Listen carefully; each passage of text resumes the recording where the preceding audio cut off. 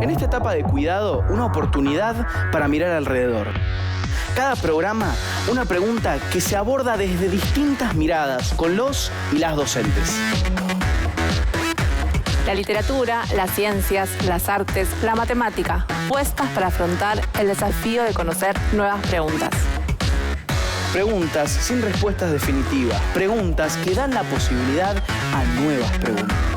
Con vos que estás ahí, nuevos abordajes para que sigas aprendiendo, reflexionando sobre el mundo. Seguimos educando. En este proyecto miramos el mundo con los lentes de la simetría. ¿Qué es la simetría? ¿Dónde la podemos encontrar? Sabemos que la simetría no es perfección, pero muchas veces observar la simetría nos puede llevar a ver la belleza. La simetría es un punto de vista, una forma especial de ver el mundo. Juega con reflejos y espejos, formas que ordenan el caos y lo desordenan para crear nuevas formas. Y la asimetría, la falta de simetría, es tan intrigante y nos fascina como la presencia de simetría. Vamos más allá de la mirada y descubrimos con la matemática un universo lleno de transformaciones, lenguaje y ciencia. Tantas experiencias que convocan pensar en simetrías, música, arte, arquitectura. ¿Qué pasa en los cuerpos? Esta perspectiva sobre un mundo puede manifestarse ahí, donde menos lo esperás. Hoy, ¿encontramos simetría en la naturaleza y en el dibujo?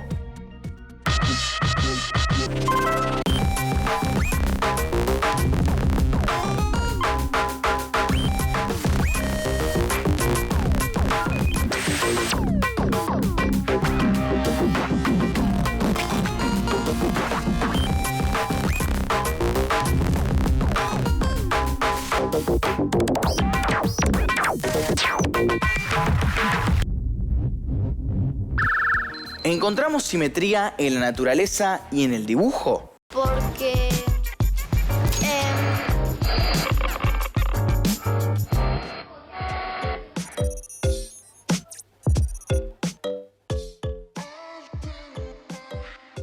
Mi nombre es Josefina Silva, tengo 12 años, vivo en Posadas Misiones. Soy Juan Ignacio, tengo 11 años y vivo acá en Posadas. Soy Renata Vera, tengo 12 años, voy a séptimo grado y vivo en Posadas. Hoy, los chicos y las chicas de distintos lugares del país dibujaron una margarita y una mariposa. Vamos a ver cómo les fue con la experiencia y qué tienen para contarnos de los objetos, los dibujos y la simetría. ¿Qué cosas tuviste en cuenta para dibujar la margarita? Los pétalos, como lo tiene la margarita. Las margaritas tienen unas especies de puntos y lo recreé acá. Que más o menos estén todos del mismo tamaño.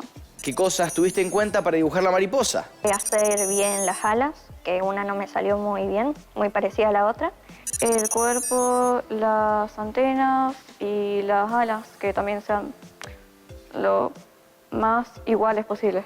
No me quedó tan bien, pero era hacer como que esté como que este lado de acá esté superpuesto. ¿En qué se parecen las figuras y en qué se diferencian? En lo que se diferencian es que una es una mariposa y otra es una flor.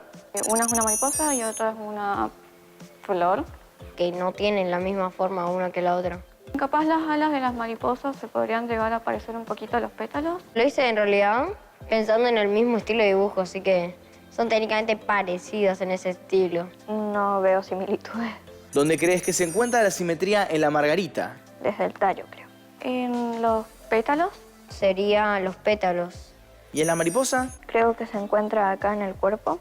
Serían las alas. En las alas y en las antenas.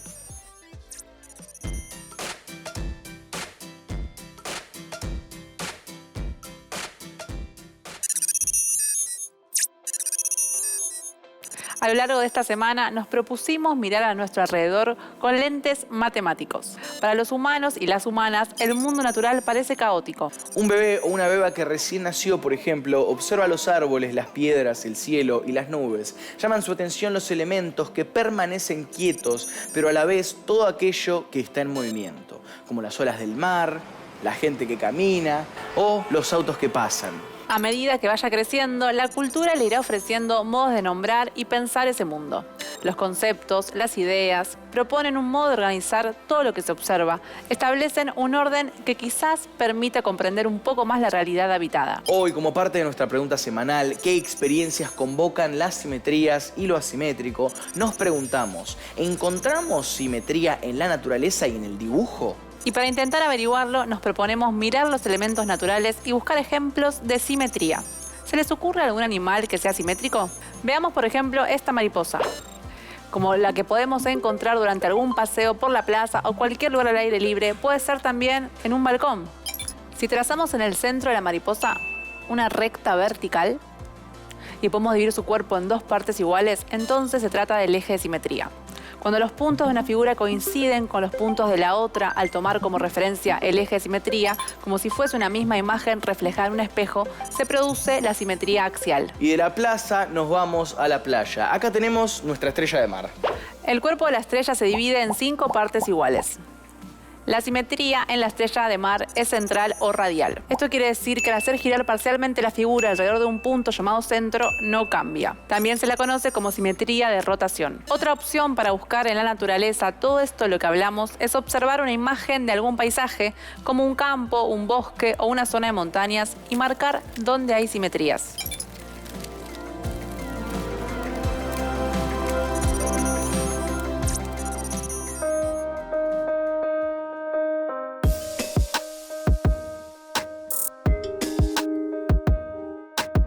Como decíamos, en la naturaleza podemos encontrar muchos ejemplos de simetría. Uno de ellos lo vemos en los cristales de nieve. Su forma hexagonal es simétrica. La cabeza de un caballo, así como los rostros y los cuerpos humanos, no son completamente simétricas, pero se aproximan. La mayoría de los animales tiene simetría bilateral, lo que significa que se pueden dividir en dos mitades prácticamente idénticas. Así podemos ver a los escarabajos, las mariposas, los perros y los peces. Entonces, como dijimos, las estructuras simétricas son una constante en la naturaleza. Un insecto, la hoja de un árbol o una flor pueden ser divididos en dos partes iguales a partir de un eje. Algunos ejemplos de simetría radial que podemos encontrar en la naturaleza son el erizo de mar, la margarita, la medusa, el girasol, las telarañas o la flor de maracuyá.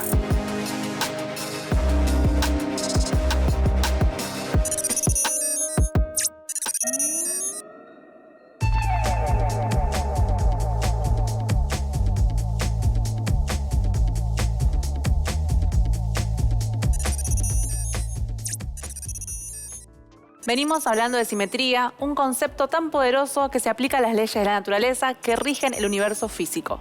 Ya los antiguos griegos buscaban explicaciones basadas en la simplicidad y la simetría.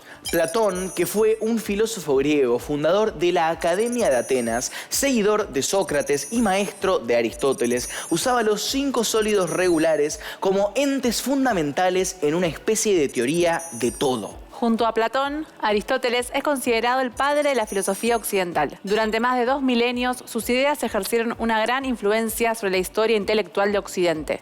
Igual que otros filósofos, Aristóteles adoptó una tradición milenaria que indica que los 4 elementos fundamentales en el mundo serían el aire, el agua, la tierra y el fuego. Platón identificó estos elementos con 3 sólidos de caras triangulares: el tetraedro, el octaedro, el icosaedro y con el cubo. Al quinto sólido, el dodecaedro, le corresponde un quinto elemento que no es de este mundo y al que se denomina la quinta esencia. Aristóteles postulaba un universo esférico, en el que los movimientos de los astros en el firmamento eran circulares. Ptolomeo fue un astrónomo, matemático y geógrafo egipcio, descendiente de griegos, que hacia el año 150 a.C. compuso un tratado astronómico sin precedentes. Tuvo que hacer grandes esfuerzos para mantener al planeta Tierra en el centro de las órbitas y lograr explicar que los movimientos de los planetas fueran circulares. 2000 años más tarde, el astrónomo y matemático alemán Johannes Kepler, conocido más que nada por sus leyes sobre el movimiento de los planetas en su órbita alrededor del Sol, recurrió a los 5 sólidos regulares para explicar el tamaño de esas órbitas circulares. Kepler justificó la asociación de Platón entre poliedros y elementos con gran ingenio. Dijo que el dodecaedro se asociaba al universo a partir de su número de caras, 12, que es equivalente a la cantidad de signos del zodíaco. Pero vamos a ver qué sucedió cuando ya no fue posible describir las observaciones astronómicas con tantas simetrías y fue necesario para hacerlo aceptar cierto nivel de asimetrías o simetrías menores.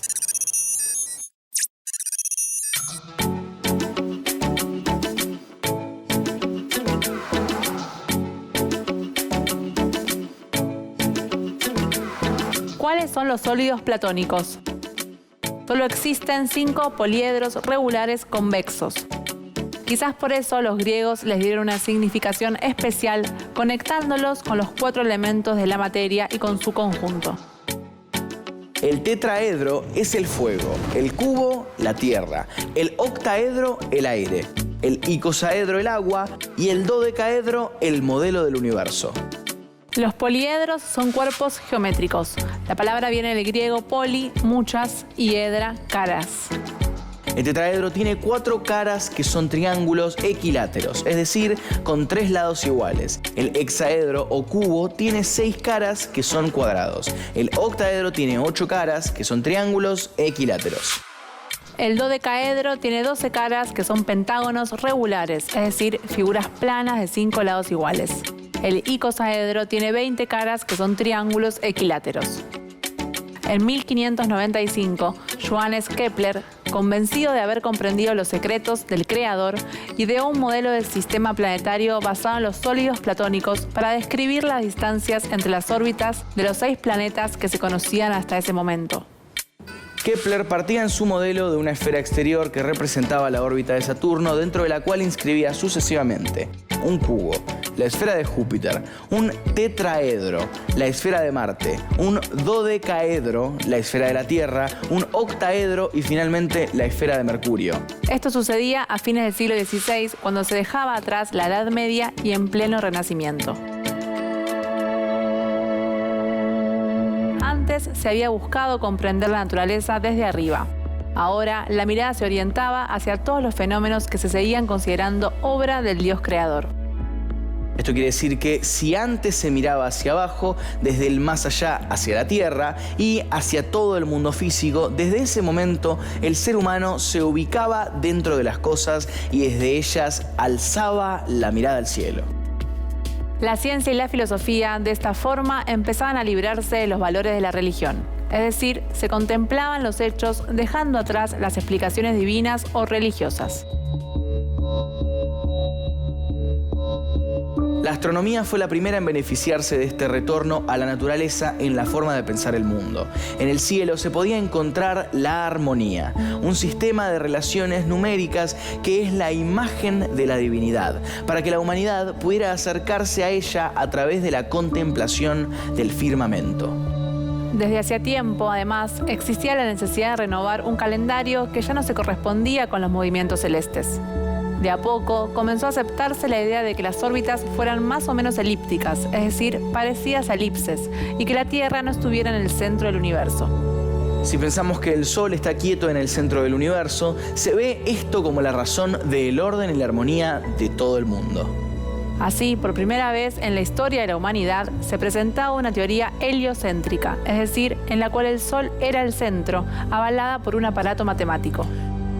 Las hipótesis de Copérnico, impulsor del heliocentrismo, rompieron con la concepción geocéntrica del mundo, centrada en la Tierra. Se instalaba la teoría científica que consideraba el Sol como centro alrededor del cual giraba todo el universo.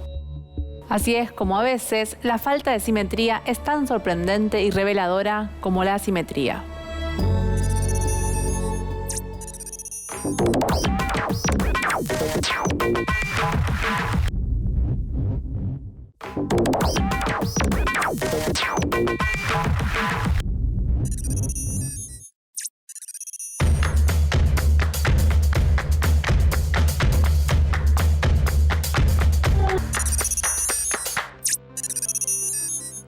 Hoy en nuestro espacio del hacer vamos a armar un mandala.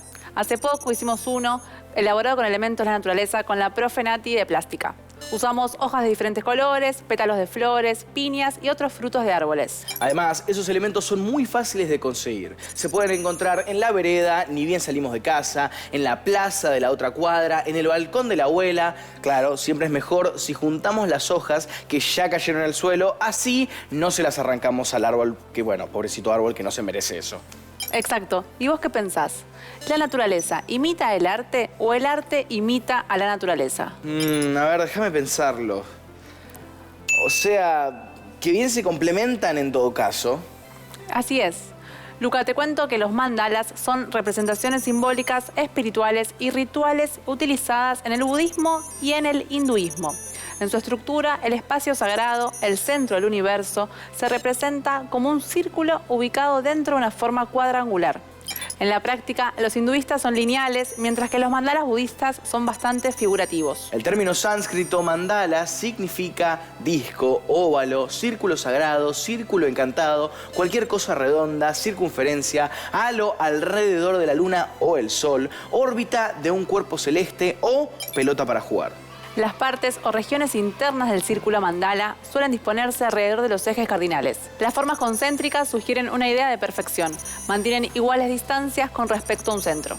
Además, el perímetro del círculo evoca el eterno retorno de los ciclos de la naturaleza. Hoy vamos a hacer un mandala empleando la técnica del quilling art, que consiste en tomar tiras de papel de colores, como estas que tenemos acá, y enrollarlas hasta que queden bien chiquitas formando pequeños rollitos. Después vamos armando nuestro mandala con los rollitos de distintos colores y tamaños. ¿Empezamos? Empecemos. Una vez que enrollamos la tirita, vamos a usar pegamento para pegar acá y que no se vuelva a abrir.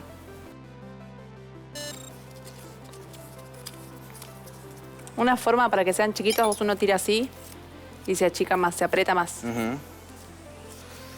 Y lo haces más rápido también.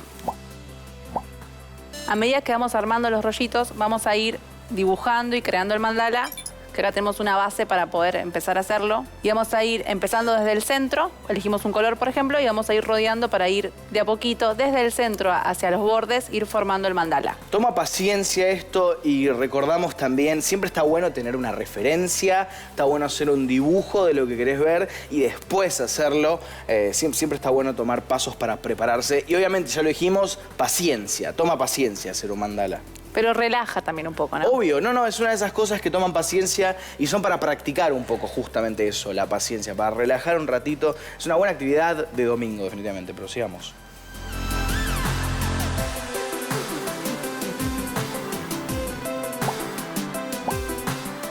También podemos tener varios rollitos e ir pegándolos entre sí. Es buena esa. Y después, teniendo 2 o 3, los ponemos en nuestro mandala también.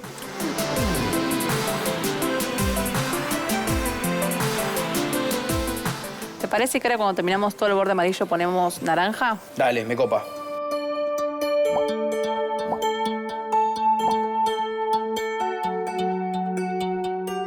Está quedando divino y la verdad es una de esas cosas que apenas le empezás a ver el resultado, apenas te empezás a dar cuenta que está quedando, es como, ¡ah! Tiene forma. Sí. Es muy lindo. Y esto de ir respetando, ir al centro, hacia el borde, con un sentido, hace que aparezca este dibujo que después es hermoso. Exactamente, bueno, justamente es un mandala, las figuras tienen esta estructura, así que siempre está bueno tipo, inspirarse de un mandala real. Como yo dije antes, está bueno tener tu propia referencia, podés dibujar uno tuyo, pero los mandalas en sí son muy lindos y el nuestro quedó divino, Maga, ¿eh? ¿Te parece si nosotros seguimos y nos despedimos de los chicos y chicas? Dale, ¿se animan a hacerlo en casa? Para hacer el mandala, cortá tiras de papel de distintos colores. Enrollalos de forma que queden lo más aplastados y chiquitos posible. Disponelos en formas concéntricas formando figuras.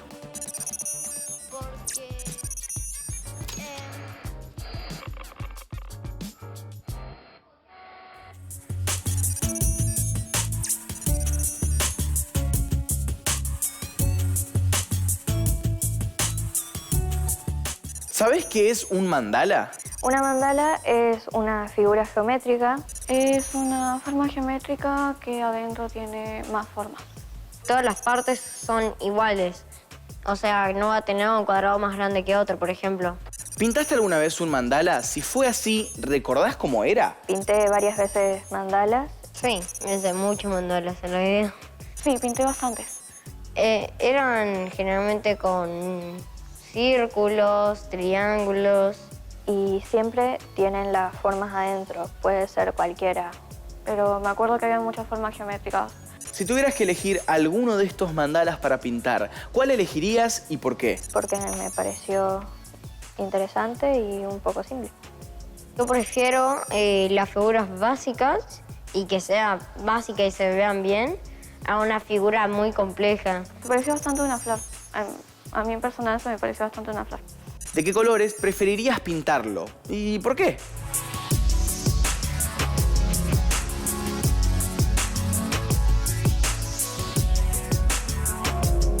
Verde, amarillo, rosa y rojo. Elegí el marrón, el celeste, el rosa.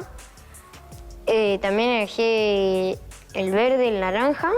Rojo, verde, azul, amarillo, fucsia. El mandala se me hizo bastante parecido a una flor, entonces quise ocupar unos colores que una flor podría tener. Y porque me parecieron lindos y quedan muy bien juntos. Son colores que para mí pegan. Por ejemplo, para mí pega mucho el verde, el naranja y el marrón. Para mí es una buena combinación.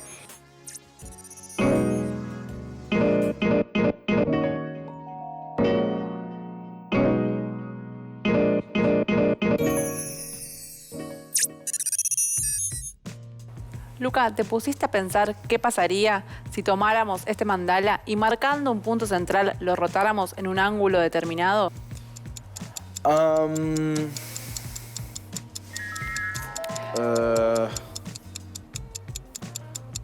Si se rota en un ángulo determinado, en torno a un punto central, volvemos a tener exactamente la misma figura que antes de rotarla, a pesar de haber hecho un movimiento.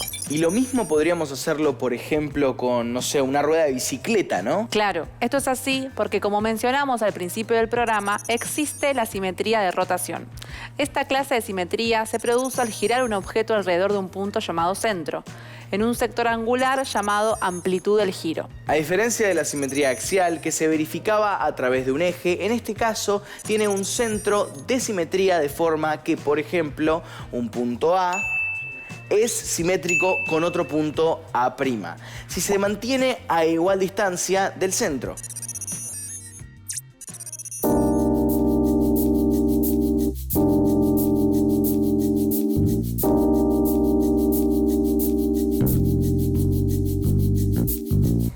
En el caso de estas estrellas de mar, solo notamos diferencias entre ellas por las marcas sombreadas. Pero si las rotáramos con una determinada amplitud de giro y estas marcas no estuvieran, no notaríamos si fueron giradas o no. Tenemos otros ejemplos de simetría central. Un sol, un cuadrado, un rombo, una hoja y otra clase de estrella. La rotación se aplica a través de un giro parcial. Si hiciéramos un giro de 360 grados, por ejemplo, toda figura sería simétrica a sí misma.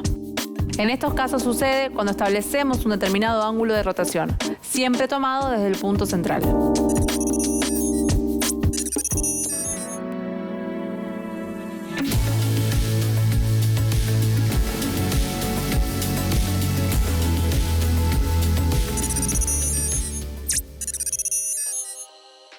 Hoy aprendimos que en distintos aspectos de la naturaleza está presente la simetría axial y que la vemos cuando una figura se divide a la mitad por un eje y quedan dos partes iguales, como si fuese una misma imagen reflejada en un espejo. Además, aprendimos que el concepto de simetría es tan poderoso que ya los antiguos pensadores griegos lo aplicaban para buscar explicaciones a las leyes de la naturaleza que rigen el universo físico. También armamos nuestros propios mandalas. Vimos que se llama simetría central radial o de rotación cuando un objeto tiene un centro de simetría y un punto es simétrico de otro punto si se mantienen a igual distancia del centro. También hablamos con los chicos y las chicas del país acerca de los mandalas y la simetría en los dibujos que realizaron. Y descubrimos que este es un concepto que puede encontrarse en elementos de la naturaleza tan disímiles como un erizo, una margarita, una estrella de mar, una medusa, las telarañas, la cara de un perro, un caballo y la flor de maracuyá.